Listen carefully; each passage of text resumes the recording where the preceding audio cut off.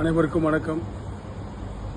தமிழகத்திலே ஒரு புறம்போக்காக, அரசியலிலே அனாதையாக, யாரும் கேட்பாரற்று கிடக்கின்ற ஒரு அரசியல்வாதியாக, ஏதேதோ பேசி மைக்கு முன்னாடியே பேசி வீண் ஜம்பம் அடித்துக் கொண்டிருக்கின்ற வரட்டு அரசியல்வாதியாக விளங்கிக் கொண்டிருக்கக்கூடிய சீமான் என்கின்ற கோமாளி இன்றைய தினம் திராவிட முன்னேற்றக் கழகத்தினுடைய கர்ஜனை மொழியாக பாராளுமன்றத்திலே தமிழகத்தினுடைய உரிமைக்காக குரல் கொடுத்துக் கொண்டிருக்கின்ற ஆற்றல் மிக்க தலைவியாக விளங்கிக் கொண்டிருக்கக்கூடிய அன்பிற்கும் பாசத்திற்கும் உரிய தூத்துக்குடி நாடாளுமன்ற உறுப்பினர் திருமிகு கனிமொழி கருணாநிதி அவர்களை கொச்சைப்படுத்துகின்ற விதமாக, சிறுமைப்படுத்துகின்ற விதமாக, கழகத்தினுடைய சமூக நீதி மற்றும் பெண்ணினம் மற்றும் மத நல்லிணக்கத்திற்கு எதிராக சித்தரித்து பேசியிருக்கின்ற பேச்சை நான் வன்மையாக கண்டிக்கின்றேன்.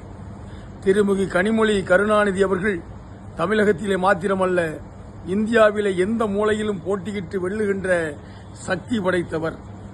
தூத்துக்குடி தொகுதியினை அவர் தேர்ந்தெடுத்தது தூத்துக்குடி மக்களுக்கு கிடைத்திருக்கின்ற பாக்கியம். ஆனால் அரசியலிலே இழி செயலை செய்து வருகின்ற சீமான் தூத்துக்குடி தொகுதியை தேர்ந்தெடுத்து தூத்துக்குடி தொகுதியிலே பல்வேறு திட்டங்களை கொண்டு வந்து விமான நிலைய விரிவாக்கம், புதிய விமான நிலையம், ஹார்பர் விரிவாக்கம், ரயில் திட்டங்கள் மற்றும் வின்பாஸ்ட் போன்ற கார் தொழிற்சாலை வருவதற்கு காரணமாக இருந்திட்ட ஆற்றலுக்குரிய தலைவி திருமிகு கனிமொழி கருணாநிதி அவர்களை பார்த்து தூத்துக்குடிக்கு ஏன் வந்தீர்கள் என்று கேட்கின்றார். தூத்துக்குடியிலே பல்வேறு நாடாளுமன்ற உறுப்பினர்கள் இருந்தாலும் திறம்பட செயல்பட்டு இன்றைய தினம் தூத்துக்குடியை மிளிரை செய்து வருகின்ற பாசத்திற்குரிய அன்பு சகோதரியார் திருமிகு கனிமொழி கருணாநிதி அவர்கள் ஒரு பொருத்தமான நாடாளுமன்ற உறுப்பினர்.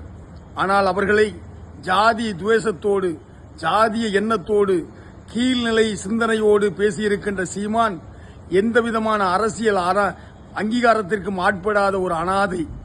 எனவே திருமிகு கனிமொழி கருணாநிதி அவர்களை ஜாதிய கூட்டுக்குள்ளே அடைத்து விடலாம், அவர்களுடைய அரசியல் வாழ்வினை சிறுமைப்படுத்தி விடலாம் என்று நினைத்து பேசிய சீமான் பெரியாரை பற்றி பேசி இப்பொழுது கொஞ்சம் கொஞ்சமாக நமது நாடாளுமன்ற உறுப்பினரை பேச வந்திருக்கின்றார்.